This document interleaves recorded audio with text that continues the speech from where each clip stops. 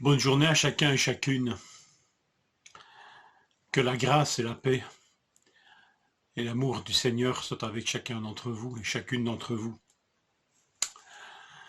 Voyant que l'Esprit était donné lorsque les apôtres imposaient les mains, Simon leur offrit de l'argent en disant « Accordez-moi aussi ce pouvoir, afin que celui sur lequel je poserai les mains reçoive le Saint-Esprit. » Mais Pierre lui dit « Que ton argent soit perdu avec toi, puisque tu as cru que le don de Dieu s'achète à prix d'argent. Tu n'as ni part ni héritage dans cette affaire. » Croissance de l'Église, l'Évangile est prêché, la Samarie reçoit l'Évangile, le nombre de disciples augmente. Donc, si vous êtes un peu habitué au cycle que nous voyons dans le livre des Actes, un problème va survenir. Ce n'est pas une fatalité, c'est une leçon que le livre des Actes nous donne. Et ici, c'est un problème, on pourrait dire à nouveau, interne. Le problème va venir d'un converti, baptisé. Alors vous pouvez mettre tous les points, les ponctuations que vous voulez suite à ce mot converti, hein. Point d'exclamation, point d'interrogation, point de suspension, etc. Ça suscite vraiment quelques interrogations, c'est le moins qu'on puisse dire. Mais il y a un problème qui se pose, et si ce problème n'est pas résolu, il y a un grave danger. Mais il va être résolu. Et donc, si problème il va y avoir solution apportée par Dieu, donc solution porteuse de sens et porteuse de grandes leçons à retenir pour l'Église. Pour ce Simon, tout est question de puissance, verset 10 du chapitre 8, ou de pouvoir, verset 19. Sa grille d'interprétation de tous les événements, c'est celle-là, question de puissance et de pouvoir.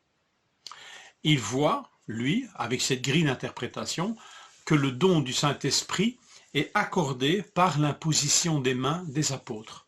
Il s'en tient uniquement là, et ce qui l'intéresse, c'est recevoir ce pouvoir supposé.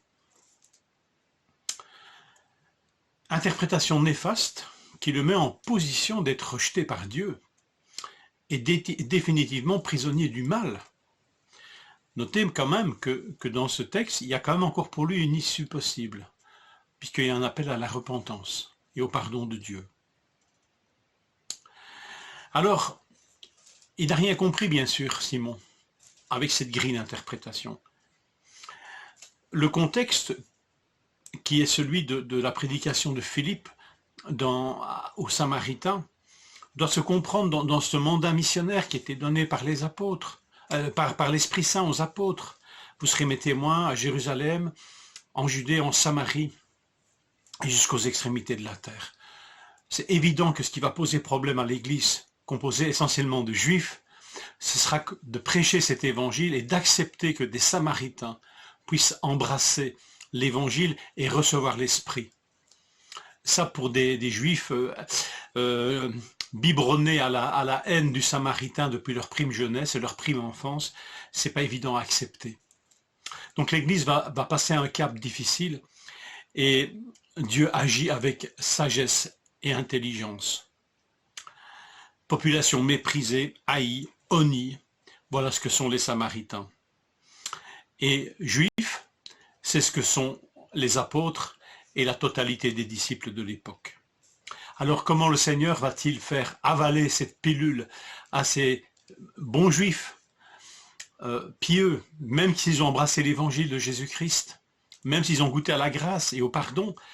Pour eux, c'est un cap difficile à accepter, que des Samaritains puissent venir à l'évangile et recevoir le même don que eux, que leur Dieu soit aussi, vous comprenez, que leur Dieu soit le Dieu, devienne le Dieu des Samaritains. Le don de l'Esprit est différé souverainement par lui-même. L'Esprit n'était pas encore descendu. C'est Dieu, c'est l'Esprit qui décide ça. Il retient cette bénédiction jusqu'à l'arrivée des apôtres. Et il descendra sur les Samaritains par l'intermédiaire de la prière des apôtres de Jérusalem et par l'imposition des mains de ces mêmes apôtres. Le salut des Samaritains sera attesté de cette manière aux yeux de tous par le don de l'Esprit en présence des représentants de l'Église de Jérusalem, tous ne pourront que simplement dire « Il a accordé l'Esprit Saint aux Samaritains aussi bien qu'à nous ». C'est ce qu'ils diront plus tard, avec beaucoup de difficultés, quand il sera question de l'Évangile annoncé à Corneille, donc aux païens. Dieu œuvre pour l'unité du corps de Christ. Même Évangile, même Sauveur, Jésus-Christ, même baptême, même don de l'Esprit. Alors loin d'être une question de pouvoir magique, l'imposition des mains est un signe de la grâce partagée, un signe de ce don de Dieu, signe d'association. Ils sont nos frères et ils sont nos sœurs. Nous ne commandons jamais l'Esprit. Nous ne l'obligeons à rien. Aucune recette ne l'obligera à rien. Nous le recevons comme un don, une grâce. Et nous reconnaissons son œuvre quand il y a foi en Jésus-Christ chez les autres. Simon ne connaissait pas ce langage. Il ne connaissait que le langage de la puissance et du pouvoir. Il ne connaissait pas le langage de la grâce et du don. L'imposition des mains ne commandait pas l'esprit. Elle était des instruments à son service pour dire la grâce et la reconnaissance de son œuvre. Je termine en disant, vous remarquerez que le langage du pouvoir n'est jamais loin de celui de l'argent. Alors voilà, ne confondons pas pouvoir et grâce, miséricorde de Dieu. Amen.